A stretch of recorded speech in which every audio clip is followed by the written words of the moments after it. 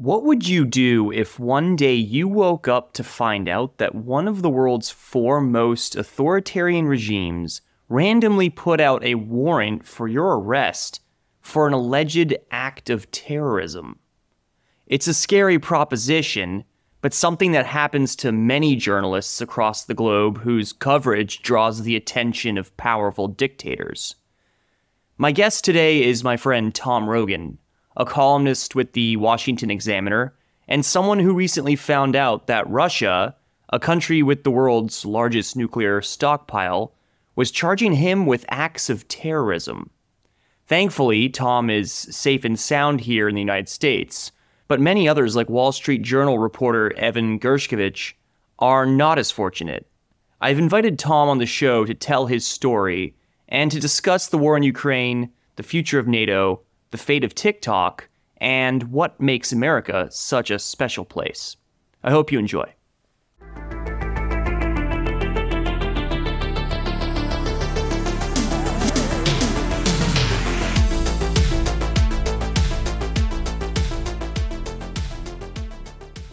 All right, Tom Rogan, what's going on, buddy? I understand you're the latest fugitive from the Russian government. Would you like to tell us a little bit about what's going on there and how you got to be the most top 10, maybe top 10 in Russia? I don't know. What's the status currently there? Well, good to be with you, Russ, and good to see you again. I don't think I'm probably anywhere near the top 10. And I think that's the most important first off point, right? That I'm in DC, I'm free.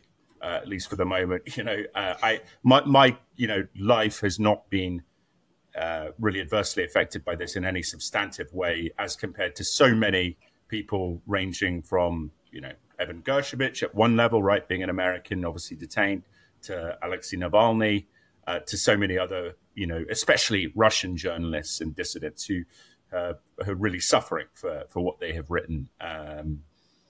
Over a period of years, dealing with escalating intimidation. So for me, really, my plight, I suppose, with the Russian Federation is an article I wrote in 2018, calling on the Ukrainians to destroy or to target Kerch Bridge, which is the connecting bridge between the Russian mainland and occupied Crimea.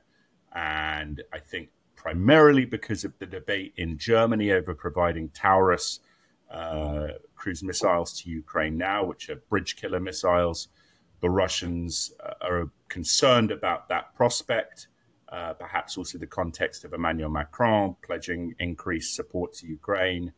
There has been a movement of escalation by the Russians. You see this with the targeting of the Greek prime minister, or the willful disregard for his presence, I believe in Odessa or wherever he was visiting alongside Zelensky. So I think, the article made it, it's something that, even though it was 6 years ago, the Russians decided it was a point of vulnerability, and they want to deter other journalists in the West from writing about this, from taking lines on all sorts of issues, I think, that they oppose. So it's really the intent with the Russians in terms of indicting me or issuing an arrest warrant for me is to try and chill Western journalists, make them have a moment of pause before writing whatever they were otherwise going to write. Yeah, it's pretty incredible, the timing. We Navalny being, let's be honest, killed, right? I mean, they say he died, but let's be honest. If he wasn't in the circumstances he was in, he would probably be alive, or at least we'd hope so. It's incredible to me that this you write in DC. You've been in, as far as I know, since we've worked together back in the day. You've always been in DC. And it's wild to me that, they had the audacity to do this to begin with, but at the same time, incredibly prescient on your part to be writing that article 6 years ago as a strategic goal. Then, of course, you have the Taurus missile conversation in the last few weeks and everything like that with the Germans. It's pretty incredible. When you think about what you're writing, you're a commentary writer, right? You have written across the board on a lot of topics. And for everybody's background, we should probably say, you and I worked together at the Examiner for a short time. And I have to give you props. You're the only one who took me out to lunch. You're the only did, one. did I? You're the only you were. Yeah. It's very kind of you. We had a nice Korean bibimbap, if I'm not mistaken. Oh, I do. That was fun. That was fun. Yeah. So you were a great colleague, and I always admired the fact that you were able to speak so eloquently on a wide set of issues. And the accent.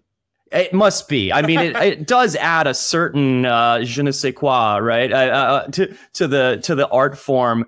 But what's funny, and I don't know if a lot of people know this about you, but you are an American citizen, despite that beautiful British accent. So, would you like to tell everybody a little bit about your background, and because I think you're a fascinating guy. Thank you, Russ. And obviously you were a great colleague. As you said, it was a short tenure there, but then I think, you've done some good stuff there, speech writing, and anyway, essentially my dad was in the State Department for a little bit. Met my mother, who's British. My dad's American. Met my mother, who's British, in relation to one of his foreign tours with the State Department, and grew up in the UK, hence the accent. But so I'm a dual citizen. And moved over to the US in end of 2012. Wanted to do writing. I went to law school in the UK, but I lacked the discipline and the kind of attention to detail across a range of topics in a way that, I love international, foreign policy, national security, intelligence, etc. But land law, I failed that, had to resit that. Equity and trust, failed that, and then sort of actually ended up quite liking that. But regardless, I think my comfort point and interest point converged much more closely on journalism than with law. So moved out to the US and then have just been doing journalism since. But that's the accent, and it does help, as silly as it is in a sense, because the Hollywoodized version and the royal family, the accent is I think does help you in terms of certainly, media, TV stuff, and maybe sometimes with dating as well. But it's so I got to remember always to keep the accent, even though I have U.S. citizenship. Well, I think it's funny, right? Because you and I are a perfect example of how we can't let little things like language and background and everything. It's a perfect example of how America's a melting pot, because a lot of people don't know this about me, but my mother is from Ireland. She's an Irish citizen. So look at us. We're both in America. You got a British background. I've got an Irish background. We're good buddies. It's America right there. And, back in the islands, who knows? But, it's just I think it's a perfect example of how, the United States. Yeah, I think so many people think that American dream that, you and I probably really admire. So many people think it's not there anymore. And I'm like, well, I'm living proof, right? My mother is from a farm in Ireland. My father grew up in Canada. And, I like to think I've had a pretty decent life. I think you obviously have done incredible things too. Could we have done that elsewhere? I don't know. The United States is so special in that respect. Yeah, I think it is. And I think the people who say that are either people who have a political issue with it. They don't like the United States or the traditional notion of a, striving capitalist, so there's an issue from the left.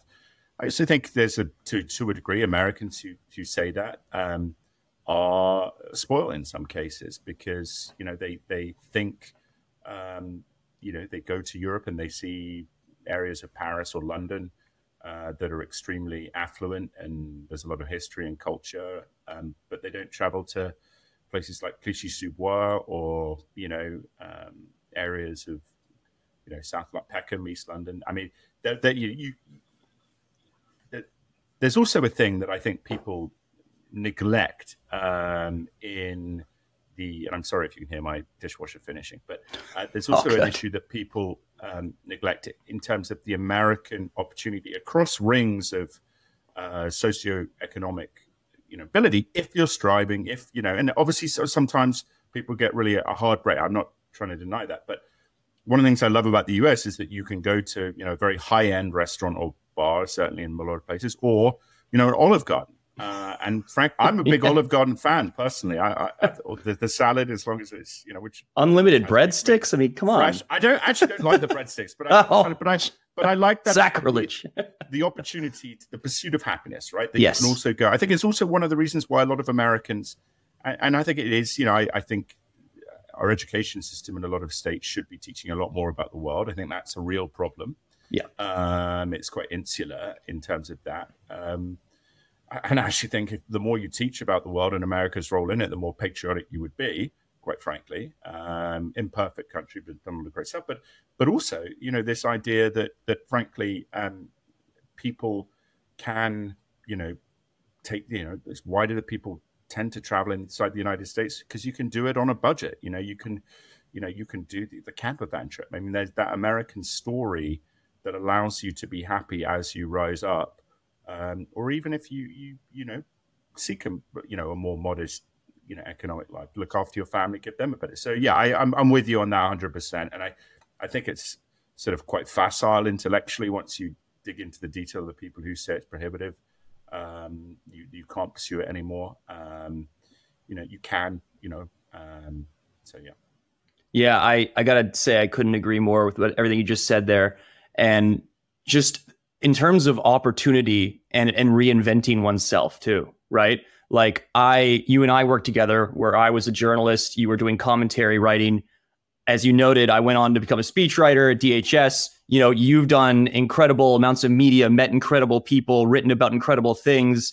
And nobody is asking us anything about, well, why? Why are you doing that? It's the quality of the product and the quality of the work that people respect. And I think that is something that with respect to my European family and yours as well, not quite the same, right? There's certainly a preponderance, I'll say, at least in my experience, of folks who have that old empirical attitude where even in Ireland, even in where my family's from in Ireland, they still have this strange thing where they're like, well, yeah, but his grandfather was a farmer, or right. Oh, but they weren't landed. I mean, literally in 2024, once in a while you'll hear folks say that where my family's from in Ireland, and I just find it so ridiculous. And I agree, and one quick sort of example of that, I think, is you just talked. I had we kind of actually lost touch now, but a friend who was trying to become an officer in the British Army and had done a lot of like reserve stuff, done the Parrot Airborne course, was a great candidate, great shape, smart, had a master's degree in war studies. Which I think that's slightly different, but the master's degree aside is someone else, but it was very smart, had done all this airborne course. And when he tried to apply for the regiment that was going to sponsor him at Sandhurst, the British Military Academy, which is a 1-year course, much more compared to West Point, which is 4 years, just focused on the military tactical side or strategic side. He was told no because he, quote, wouldn't fit in the mess hall. And it was because he doesn't sound like me, which is traditionally what the British, upper middle class, that what they want. You shouldn't, and again, not just in that sense, like in I think in journalism, in finance. If you sound like this, like East London, but you're even smarter than I am, like that has been a prohibitive thing. And where did you go to high school? This kind of BS that networking and who matters more than your individual talents. And I love that about the US. And yes, to a degree, there is some of that, but it's nowhere near. And also the pretenses, right? That here, if you email someone out of the blue in any field, hey, can we grab a coffee, or do you have any advice? They're not going to look. Very few of those people, I think, they might ignore you, but they're not going to be like, how dare this whippersnapper, email me in this regard, in a way that, frankly, I think is, in Europe, places like France, the UK, that's a thing. And so again, that American, show me what you got, deliver, and there's a great pattern line that what's the, I never liked a guy who lost and laughed. It's that, Americans like winners. So you better not come in, the silver medal is not going to get you as much applause as perhaps in Europe or in the US as it will in Europe. But that aspirational energy, I think, is quite unique to the United States and very important. I think it actually underlines why the US continues across so many fields to be dominant globally. I couldn't agree more. And hey, look, I'm a law school dropout, man. At least you made it through, you know? I failed a couple of those courses. I had to reset them. And so I don't think my options career-wise were perhaps going to be as positive. So I also, you know, and I had a guy I knew law school who was very smart, dropped out because, you know what, it wasn't for him. And frankly, the only benefit I have is law school's a hell of a lot cheaper in the UK than it is here. And so my debt load was not, you know, really prohibitive. But, you know, again, there's no point. Do not go to law school unless you really want to go to law school. Is something I think is a well-made point. I say that to so many people, especially living here in DC, where you get these young kids who think their next rung on the ladder is going to be a law degree. You don't need a law degree to do most things in this town. You're right. Two people right here who've done quite a few things in this town can assess that is the case, right? No. Yeah, I mean, I couldn't agree with you more on that. But I think, you know, we should probably get into some of the issues of the day, if you will. Yeah.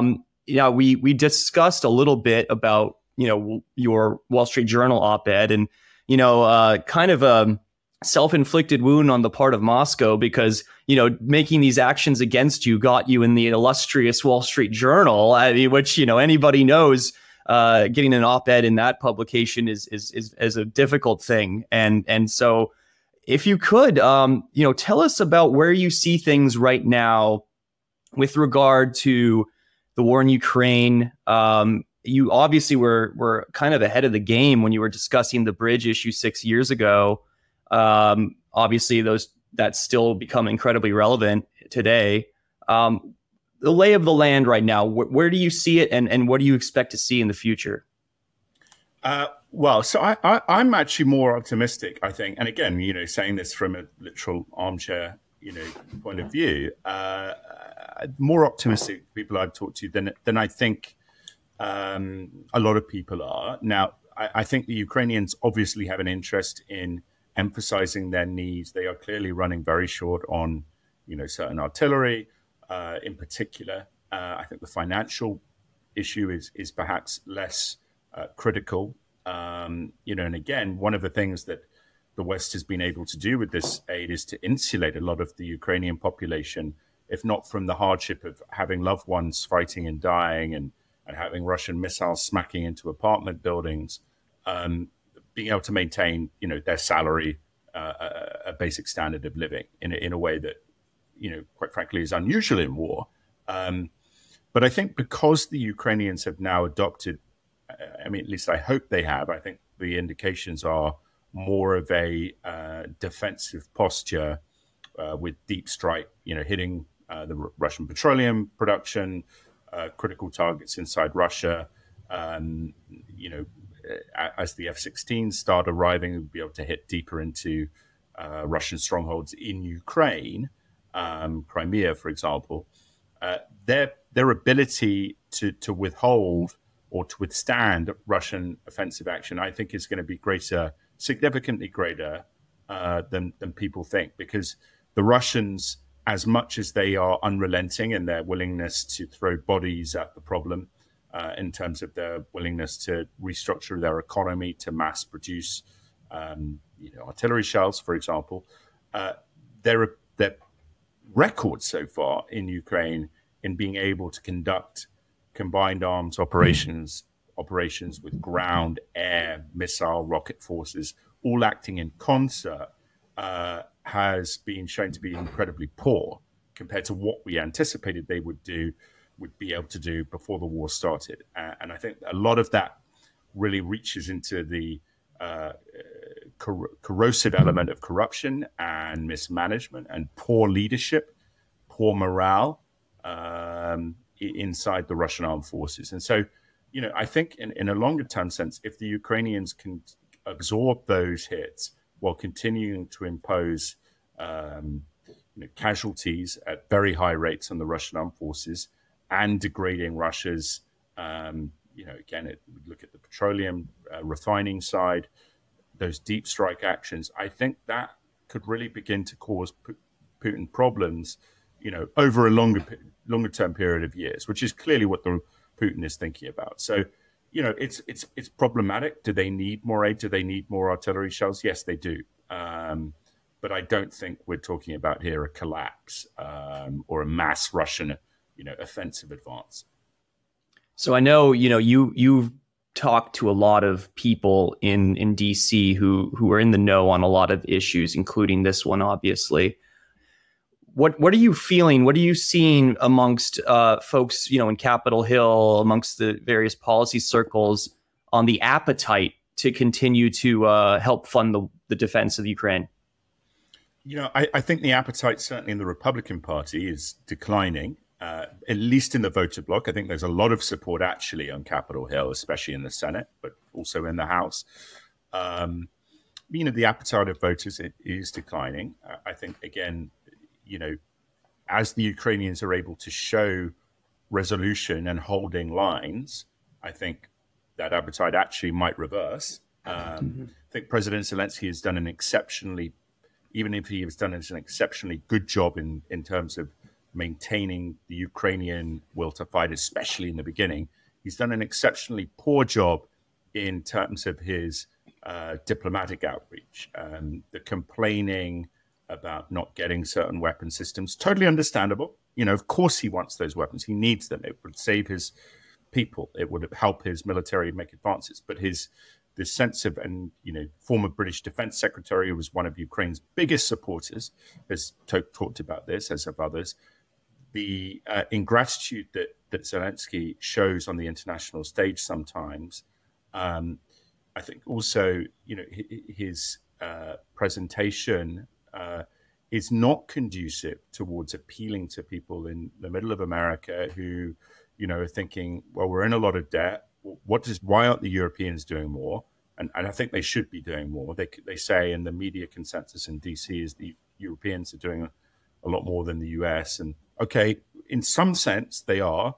They're not actually delivering what they've pledged, even on financial stuff. They've been woefully inadequate on military stuff.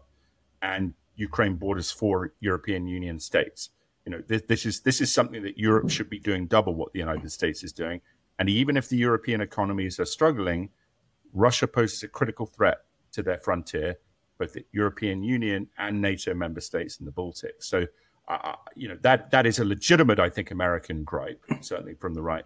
But I do think on Capitol Hill, the speaker, I think, is moving towards more of, getting this done. I wonder about the longer term, but I hope as Ukraine is able to show, look, we can absorb these Russian strikes, we can impose casualties on them, they will be able to sustain that. I think they do need to, do a better job, though, about allowing, they put quite a lot of restrictions on somewhat understandably in some areas on Western coverage, on their own reporters covering things. They need to emphasize the kind of adversary that they're facing more in terms of, the way that they did very, very well in the beginning with places like Bucha, with the rape and massacre of innocent people. The Russian way of warfare is not conducive towards, I think, heartland American support for Russia. Frankly, it would do the opposite. It would show why America was right to wage the Cold War, because the Russians, are, in terms of their style of warfare, not very pleasant, to put it lightly. And I think that acts in Ukraine's favor at the long term. So yeah, it's a challenge, but I'm optimistic. I also hope that it's not just more hot air from him, but President Macron's really trying to take the lead now in terms of, the French have finally increased their defense budget very substantially. So that's a structural positive. I mean, that will happen.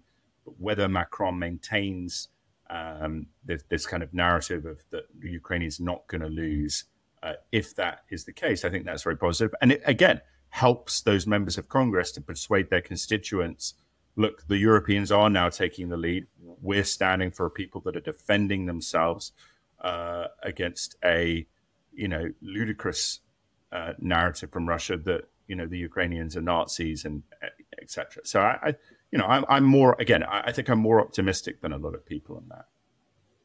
Yeah, I think your sense of where the policymakers are at is pretty accurate, and I think it's good that you leveled a little bit of constructive criticism towards Zelensky's outreach style, because I think that the cultural dynamic there is probably what is the problem. There's not going to be this kind of response that he's expecting by engaging the public the way that he is. And I think especially, it might be a little more forgiven by some people who have more of an international bent to them, or have maybe, explored Europe a little more, maybe interacted with Eastern Europeans more. But yeah, you're spot on. Jim Bob from Oklahoma, where I have family, is not going to respond well to this, almost kind of complaining, if you will, about not providing certain things. But I get it as well, right? It's a fight for existence. I totally understand from that perspective as well. But you touched on something that I've kind of made a point in some of my writing and in addition to the podcast. And that is that, at least in my belief, this is a war that never should have happened, in the sense that I think people don't understand the 2022 invasion was phase 2, right? Phase 1 was 2014 when I just came to DC at that time, and you were here for a couple of years based on what you'd said. That was phase 1. There was an 8-year gap with the Little Green Men invasion and Crimea and all that, where Europe really could have jump-started their industrial capacity, and they didn't. And in fact, I think, while you're right, there has been some increased defense commitments in terms of spending. If I'm not mistaken, I think well over 50% of the NATO alliance is still under the 2% GDP defense spending guideline. Those, I think, were all signals to Russia that this continent and this alliance are not prepared to do what they need to do to defend their backyard. And so naturally, with that signal being what it was, Putin took the bait and took the opportunity, and we have the situation that we have now. And I find it fascinating that, on the same hand, some of these European leaders who aren't even making that basic commitment are critiquing the United States publicly for not spending another $100 billion towards the effort. It's incredible. I find it very interesting, especially as, the Asia pivot that was instituted by Obama. This has been something that 3 administrations have made clear as a priority. It's been very clear that this is the time where we really need Europe to step up, while the United States pursues a major threat in the Indo-PACOM region. So yeah, what are your thoughts on that? You've spent a lot of time in Europe. Why is there this weird antithesis to defense spending? Like, why? It's a commitment they've all made in the NATO alliance, yet we just don't see the rubber meeting the road. Where's the disconnect? For the very simple reason that the United States has traditionally provided that umbrella. And if you have a other power that is willing to essentially pay, if your neighbor is willing to pay, 20% of your taxes, and it's totally legal, and the tax man will accept that, a lot of people are going to say, fine, okay, it might mean that I'm, owing this person something, that there's this, it's weird, whatever, but, it's transactional. And it has allowed the European, which I find is so perfectly ironic, the European social welfare model that is so adored and so misunderstood, I think, by many on the American left, is inherently and has inherently been enabled in a significant part, quite frankly, especially in the Cold War, but certainly now as well, by the American defense umbrella, by the fact that the United States has provided funds to deter and, if necessary, defeat Soviet Russian aggression, and has allowed those funds to be diverted. And obviously for politicians trying to win elections, spending money domestically on things that put money in people's pockets in some fashion versus on defense capabilities is more politically favorable. And it's that basic. And I think on that point, Trump is absolutely right. And frankly, to a degree, or a significant degree, it was never going to change until someone like Trump came along and started really alarming the Europeans. I don't endorse what his sort of broader disdain, I think, or certainly skepticism of NATO. On the contrary, but I think that pressure point with the Europeans, they need to be hammered about it. And it also requires, more. I wish there was more attention by Republicans who are smart, Democrats as well, frankly, who are smart and care about NATO. So when people like Charles Michel, who's the European Council president, former prime minister of Belgium, who recently, went on X or Twitter and attacked Trump, rightly in some sense for those stupid comments Trump made about Russia should attack, a NATO country that doesn't. I tell them to attack if they don't spend 2%. Again, I think I just did a piece. I think Trump, fortunately, has now, explained what he meant by that negotiating tactic, as always. But Charles Michel went on very arrogantly dismissing. Charles Michel is prime minister for 5 years, right at the start of that NATO 2014 summit, where everyone agreed we're going to go to 2%, just did nothing. 1.09%, spent nothing, and still has the ego. And Belgium, again, small but wealthy. There's no excuse for them not being able to do that. Should be called out. It's outrageous. And frankly, my view is that, and this is Trump's recent comments, if you spend 2%, America will be there for you. Great, because all the Eastern flank countries, understandably, have been spending over 2% for years. The Poles are spending like near 4%.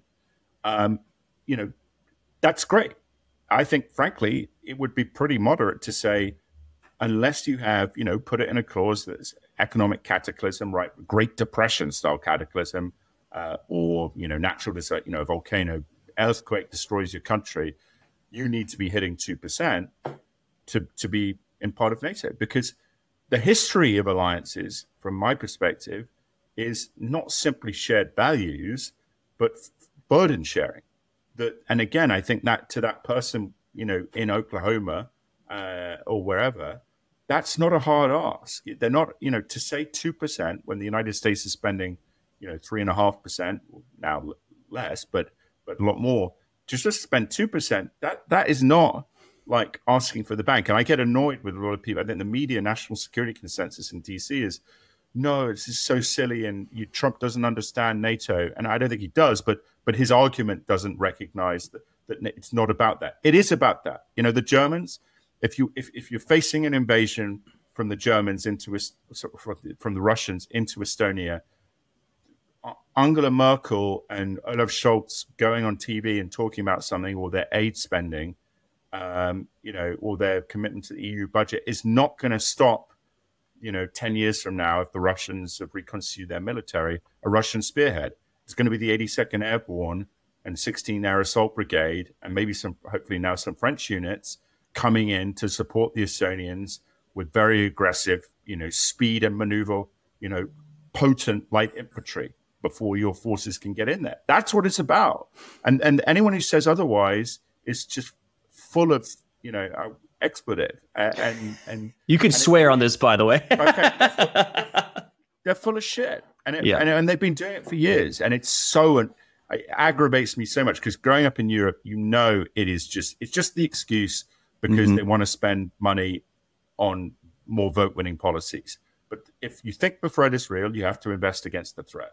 And again, if the United States is spending more, frankly, I think that is the burden of being able to shape very positive. It's why America is the exceptional nation in terms of centering international order and broadly on freedom and prosperity. But 2% is not a big ask. We're not asking for the bank here. And you're right. Most NATO countries are still not meeting it. And I also think, as one final thing, I know I'm going on here. No, not at all. You have big countries like Canada saying, okay, we want to, Justin Trudeau, I want to join AUKUS, right? No, you can't, because you've proven yourself in NATO that you've been unwilling to spend anywhere near 2%. There have to be consequences. There has to be, allies that are put their money where their mouth is and stand with the United States on issues like China should get priority. Mike Johnson, Speaker of the House, I wrote a piece, last week. He should have. The Latvians wanted their prime minister to be able to meet with Mike Johnson, and he said he couldn't find the time. I'm sure he's incredibly busy. To me, that's pathetic. I'm sorry, because the Latvians are spending 2%. They sent troops, to Iraq and Afghanistan. They support the United States on China issues, where the French and Germans do the exact opposite, even when they're a much smaller economy. And allies like that are the ones who should be getting state visits. Frankly, unlike Macron, who got one under Biden, true allies deserve absolute support, but allies that are fair weather allies, frankly, they're not actually allies. You've got to get in the direction. And I think, again, there is a positive movement from the French now, right? That they are boosting the defense budget, taking the lead, have a very different perspective on China. Fine. But, it seems now, again, France is a resolute NATO ally. But asking for that 2% minimum, both as a symbolic and a structural show of commitment to this alliance structure, is, to me, that's not a hard ask. I couldn't agree more. And I think in this era, this post-Cold War era, where, shall we say, vibes matter as much as anything else, we do live in a sort of vibe-driven world right now where something like soft power or meeting defense commitments sends a signal to your adversary in a very real way. I think people forget that, yes, okay, Estonia is not fielding an aircraft carrier, as one of my guests said in our last episode. But they when they say that we're willing to meet this commitment, it does mean something. And that may not be tangible in the sense of an armor brigade, but it is useful in terms of political capital. And I want to remind people that the goal here is to avoid the war, right? That's the goal. Exactly. I also say, as an extension point here to like the Republican Party, righteous, I think, I share it, concern is China is the preeminent threat. Yeah. If you have countries like Estonia, and I'm not saying the Estonians are doing this, right? I do not know if they are. But if you have a country like Estonia, which has a very good foreign intelligence service, and every State Department and CIA officer at U.S. Embassy Beijing and the British Embassy Beijing are being monitored, an Australian Embassy Beijing, by multi-person surveillance teams 24 hours a day. If you have a country like Estonia that's an ally that has a very capable foreign intelligence service, maybe it's easier for them to go and meet people you want to meet, do things you want them to do without that surveillance. And so, that alliance structure. Now, and I actually don't know about the Estonians, but I do know about other European close allies doing that very effectively, really as much for the interest of the United States as their own host country. That again, that's what an alliance looks like. Yep. And so it's not just about the spending with Russia, but as a minimum, I think it is about that, at least in terms of NATO. The talk of the town for the past week was the TikTok ban, as they're calling it. Obviously, it's not a ban. I think anybody who understands the legislation recognizes that there is an opportunity here for China to divest itself from, or TikTok, I should say, to divest itself from China. You've written on this, and I think you've done an excellent job concisely explaining the issue and why it matters. Where do you see it right now? It had overwhelming support when it passed the House. It got through committee unimpeded, which, as a former Hill staffer, I will tell you is nearly impossible. So a miracle there. It's still going to need to be voted on in the Senate, but the president has basically said he'd sign it. So if you would, just give us your thoughts on that and where things stand and if you think this is a good thing for us to be pursuing. Yeah, I look, I think it's going to get through. I thought it was, as certainly as members of Congress get more access to classified briefings, and the overclassification, in so many ways is just so a creature of bureaucracy in the most. I mean, that's the deep state, really. Absolutely. Yeah, it's just so like closest foreign allies find it like hilarious. Like what is like stuff that just everyone knows. Right. You're keeping SCI, TSSCI. Some of that stuff needs to be. I mean, but a lot of it doesn't. And TikTok, you can say, okay, so I'll cut to the chase. Like, why it's going to get passed is members of Congress are going to get classified briefings at top secret level. But what they're being told, and I know this, what they're being told is data from TikTok is being pushed through and being used by PLA and Ministry of State Security, either for storage for future targeting or recruitment operations, pattern of life analysis of Americans, and as a secondary point, trying to push propaganda. Like, but a structural link between ByteDance and the Chinese intelligence apparatus. We have the evidence. Here it is. That's what this concern is. And of course, members of Congress come out thinking, oh, wow, this is literally in some senses a business that has nothing to do with that. But a lot of it, and certainly Beijing's motivation in terms of funding and support and enabling, and why they're so upset about the idea of divestment, is a long-term influence, but primarily, I think data targeting, big data manipulation in the same way the OPM 2014-15 hack, all the other stuff that they've done, mass data that they can store and apply as they can, and then store and apply with each iteration of AI development, just to be able to target people into an individual level, for some measure of coercion, recruitment, whatever. And obvious threat, unacceptable. And frankly, even if, I was speaking to a friend recently who said, I think we were overdoing the TikTok threat, although, he agreed it needs to be banned. What we don't know is how AI could be applied to some of this in the future. So you do not want to, if you're already, falling down the hole, you do not want to, allow yourself to keep falling, because the risks, are unknown, and well, the risks are both known and unknown, to borrow that Rumsfeld line, but the unknown unknowns would be really, very, very serious. And so, yeah, it's just, it needs to be banned. It will be banned. And this is what I find most ludicrous about this. It is incredibly popular. Okay. Well, then in some iteration, it's going to keep existing. Right? So is cocaine. I mean, right. Cool. But a less damaging. A beer version, right? Right. That everyone like. Some legal version is going to exist of the same thing. Right. So there'll be a gap where maybe the fans of TikTok are going to be very upset, but then it's just going to be regurgitated. Right. And I suspect it will just be, eventually. Maybe Beijing will refuse to allow it to be sold off,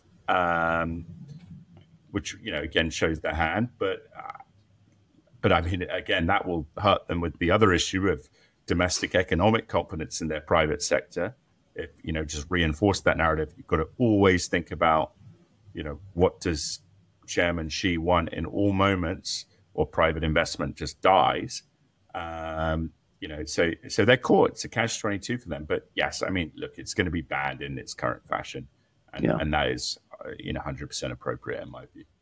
Yeah, I couldn't agree more, and I find it fascinating, that every single Chinese foreign ministry troll is piping up, going absolutely ballistic on social media in response to this. And it's kind of interesting, like, oh, well, if you guys don't have a direct interest within this company and you aren't physically controlling their board in some fashion, then this really shouldn't concern you. I mean, just imagine, Secretary of State Blinken going off on a tantrum on Twitter because, Ford decided it was going to maybe get spun off to something in China. Like, it would be irrelevant, right? It would be, okay, that's business. That's how things work. We don't have we don't pick winners and losers in the United States government. So, say what you will, do what you will.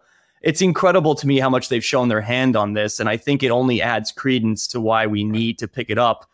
it is frustrating to see some folks, who of certain, partisan bents, you might say, engage in what I think are disingenuous arguments, regarding free speech. I mean, give me a break. Free speech with a Chinese spyware app. I mean, give me a break. We're not saying this thing can't exist in any set fashion or form. And Trump as well, I thought was just very pathetic. That's the worst of Trump, I think, as well. In that same that he came out against it because he, either senses some opportunity from it from his own election. Mirror, mirror on the wall, Trump and the nation, we're for all together. I couldn't think of a better rhyme at the end there, but like he decided because it suits him at the moment, he's now against the ban. I mean, give me a break, because he had the highest level. He knows what's going on here in terms of the intel briefings he had, because this is not a new thing. It's also this, and you say that the writing on the wall in terms of the Chinese CCP reaction to it, the Communist Party reaction. It's also, I think, so important that one of the things would have been in that intelligence briefing for members of Congress is this same thing that the British actually, as a good example of declassification, positively, my accent notwithstanding, that Huawei, the British Cybersecurity Center, which is the British equivalent of the NSA's subset of GCHQ, which is their British NSA Signal Intelligence Service, put out a report a few years ago talking about why Huawei is concerned and what the Chinese do with the development of these systems in terms of the design of the code is to essentially put backdoors in that are designed to look like a coding flaw, right? That you read code badly, but actually it's a backdoor where you can use it to do a lot of very aggressive intelligence collection. And then if you get caught, say, oh, sorry, I just designed it wrong, and that was a bad actor that had some degree of cutout or separation from Ministry of State Security, cyber espionage, just designed in the same way the Russians do with their ransomware people, that they're paying bribes to the FSB. There are two levels of deniability, though, because they know how the U.S. intelligence, the intelligence cycle works, that what attribution can you get? So basically hiding, in the attribution that they, playing games, but in a very, once you know what they're doing, it makes total sense. But it's also, this is why this is a problem, right? That do not let them hide behind their backdoor excuses. And TikTok is the same. We know that's the case. Some of those backdoors were so overt they've been identified, but it's this sustained problem. And I think, again, it's not don't say you're tough on China if you allow that. In the same way, Heritage Foundation's Kevin Roberts says he's tough on China. He's not really, because he's a big fan of Viktor Orban, who is China's essentially GIMP in Europe. And again, when some of the classified stuff, about that relationship comes out, I think it'll be very embarrassing for people who have supported Orban. I might have to bring you back for another episode one of these days. That's an interesting tidbit.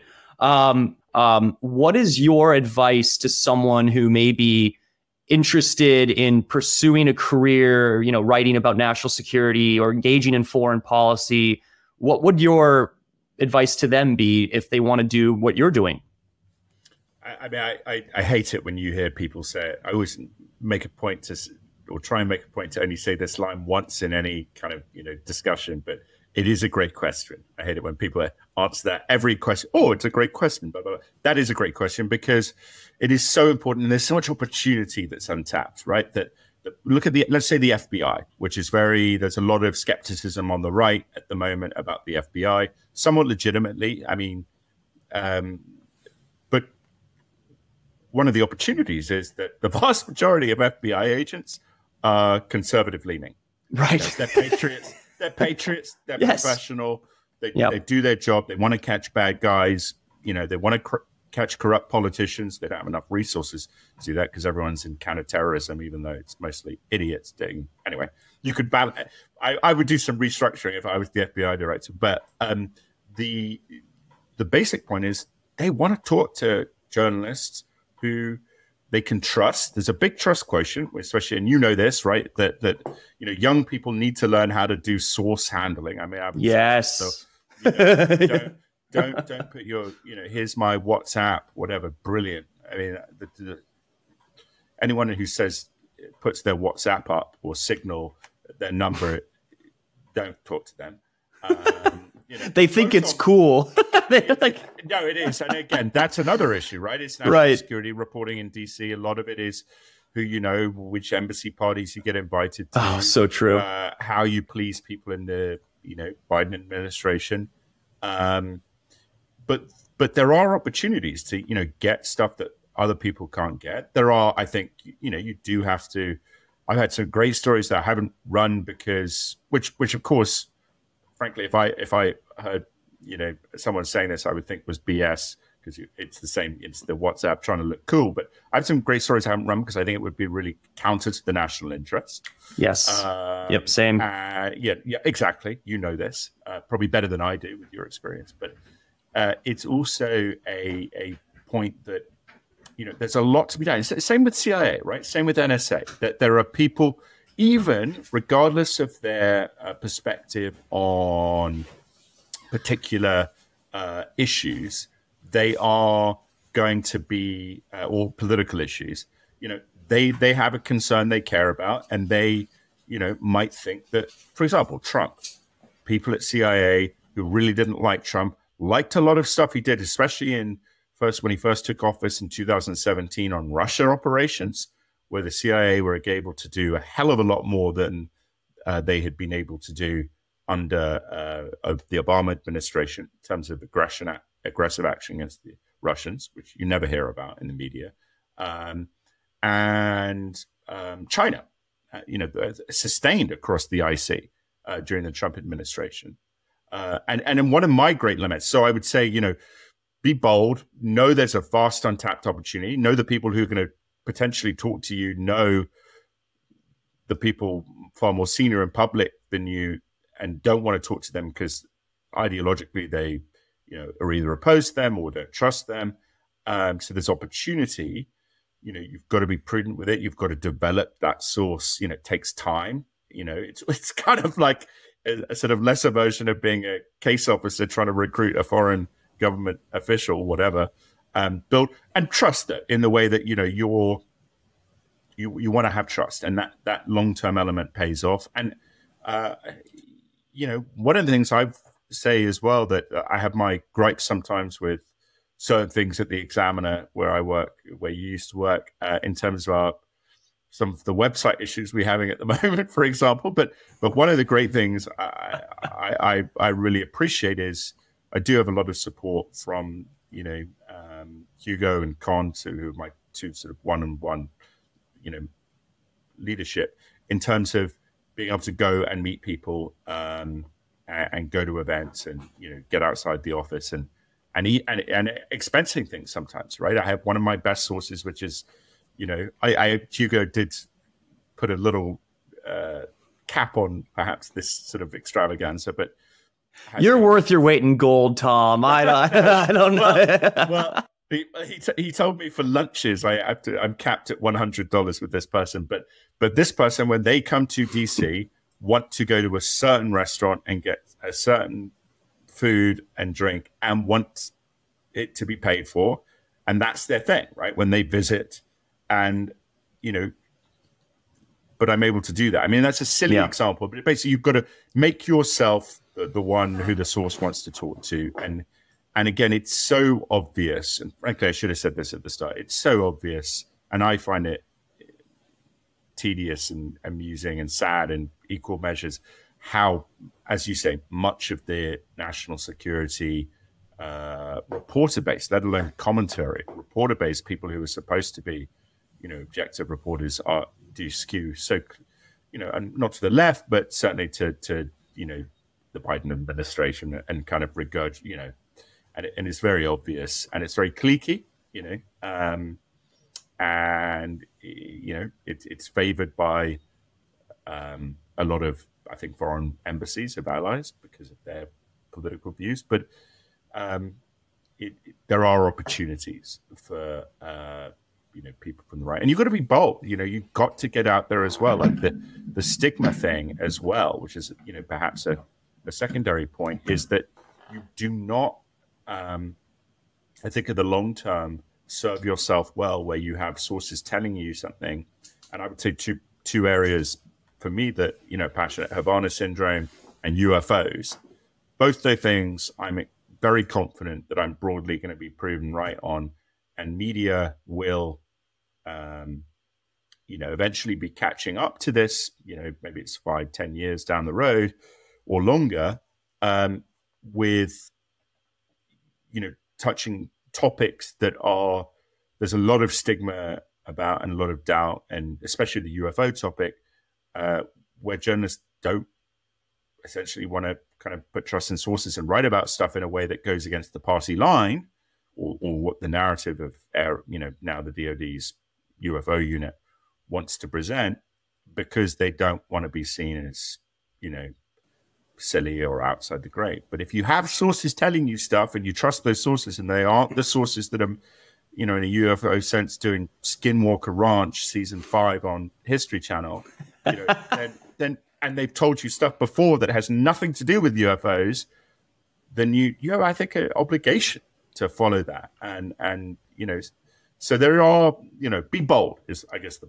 point. I know I'm on a rant there, so I probably no, it's good. It's good. This is exactly the kind of stuff that I want to get out there, because the other thing too that I'll just build on that. I also actually, and just to interrupt, one thing I think is so important. I always tell young prospective journalists, if you have someone you look up to or want to meet, send them an email. You can try and guess their email with multiple variations, see what doesn't ping back. Probably might work. Right, BCC, just put it all in BCC and put say Russ is the person I want to get in touch with. Say Russ-Tom, even if we've never met, because then you'll think, I haven't said Russ Reed, I've said Russ, Tom. Oh, you think we probably met. If you've got 200 emails, you're at least going to open it, do 2 lines.